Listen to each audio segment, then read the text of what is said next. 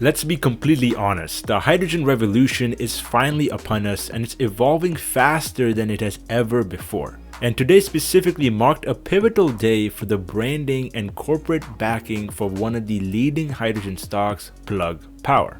So in this video, I want to go over the big news that has sent momentum right back into Plug stock, break down the fresh new rebranding that Plug Power also ended up announcing today, and at the end, I'll play an important clip from Plug CEO to understand the exact catalyst this company has coming this year.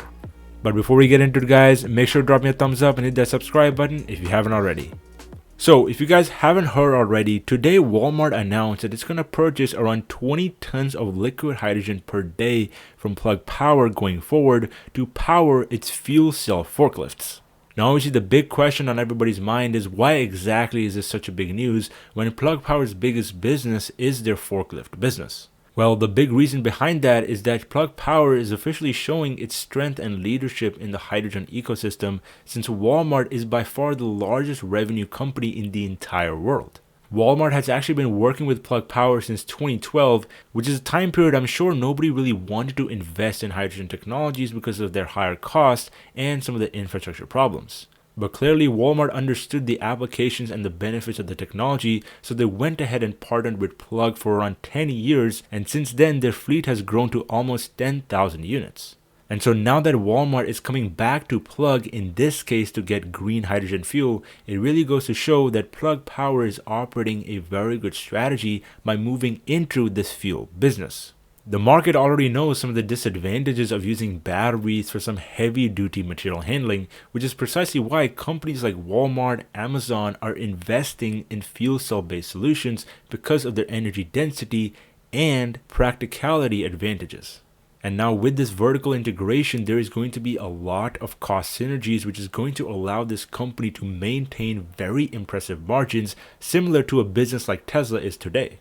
And the IPCC, which is the Global Climate Change Organization, has literally said that they expect clean hydrogen to become a part of around 30% of global energy production by 2050. You can't just strap a bunch of batteries onto an aircraft or a ship and expect it to be cost effective or even environmentally friendly, which is precisely why a technology like green hydrogen and fuel cells, which is exactly what Plug Power has its foot in, is going to be a massive revolutionary game changer for the decarbonization race. But the best part is that today was not only a massive news day for Walmart and Plug Power, but we also saw a major rebranding announcement for Plug Power specifically, where they finally changed their logo to a more modern and greenish look. If you guys didn't already know, this was the old Plug Power logo, but it seems like now with their investments in the green hydrogen and electrolyzer business, these guys have become very keen on shifting their branding around a more modern approach. And although on the surface I didn't really find this logo all that attractive, particularly because a lot of other companies in the hydrogen and fuel cell business already use a green theme, I still really like the approach that Plug Power has taken with this new shift because it shows that they are indeed the leader in the green hydrogen race, at least in the US. And even though recently a lot of people have been saying that green hydrogen is becoming a buzzword, this technology is still nowhere close to being commercially adopted. Many companies are still using internal combustion engines and regular natural gas power plants to power their businesses. But in 20 to 30 years' time, that is simply not going to cut it, and these businesses will have to pivot to more sustainable ways of powering their operations. And although sure, Plug Power stock's valuation today is trading a little bit rich at around that $30 price to sales ratio, that I think is fully deserved for a business that is unarguably going to be the ecosystem leader across the entire green hydrogen value chain. And you guys don't need to just take my word for it, you can hear it for yourself from Andy Marsh, who has been Plug CEO for almost 20 years. We're obviously now in month 2 of the war in Ukraine after Russia's invasion. Obviously, we've seen commodity prices and oil and gas in particular just skyrocket. I'm curious how that's changed your business, if at all. Well, Katie, I like to say, it's been horrible watching everything. But what I think you're seeing, I think the president of the EU says it best, is that quicker we switch to renewables and hydrogen, the quicker Europe and the world will be more independent and master of our energy systems. And we're seeing it. This morning I was on a call with a customer who's looking to build out a gigawatt electrolyzer system, which is a system that can create green hydrogen. The demand for the products and the needs for the products, folks at the UN are saying it's going to triple rapidly. So we're seeing that great demand and great push around the world, especially around places of the world which support freedom. Andy, when we think a lot about the conversation when it comes to alternative ways to get around, I think that EVs really dominate a lot of the mind share. And we've talked a lot about the supply chain challenges with materials, especially right now after Russia's invasion of Ukraine, because that part of the world supplies a lot of materials needed for batteries, like nickel, for example. Help us understand, Andy, what your supply chain looks like and what commodities, what raw materials you need for hydrogen fuel cell technology. Yeah.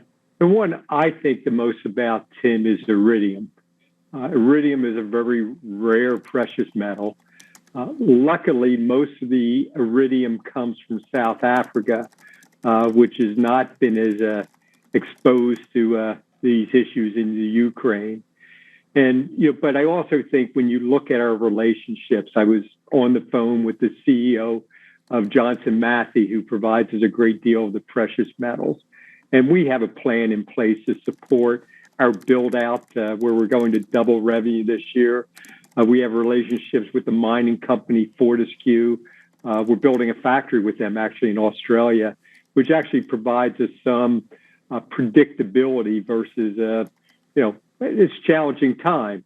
I think like companies like Tesla, Plug was able to double its revenue last year with all these restraints in the supply chain, and we're going to do the same this year. But you have to work it every day, and you have to have the right relationships to be able to be successful. Andy, speaking of the supply chain, we have this feature here at Bloomberg that helps us understand where a company gets its materials from and where a company gets its revenue from. According to Bloomberg, 40% of your revenue comes from Amazon, about 30% comes from Walmart. So about 70% of your overall revenue coming from just two different companies.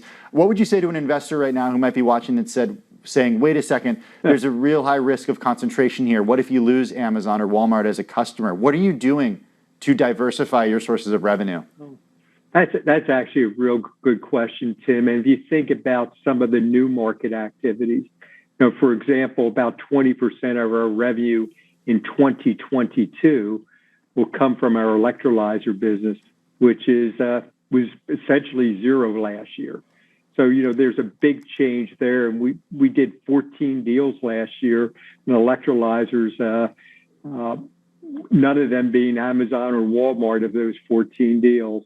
You see in the new market activities, a good deal of the products we're doing for people like SK in South Korea, with Fortescue in Australia.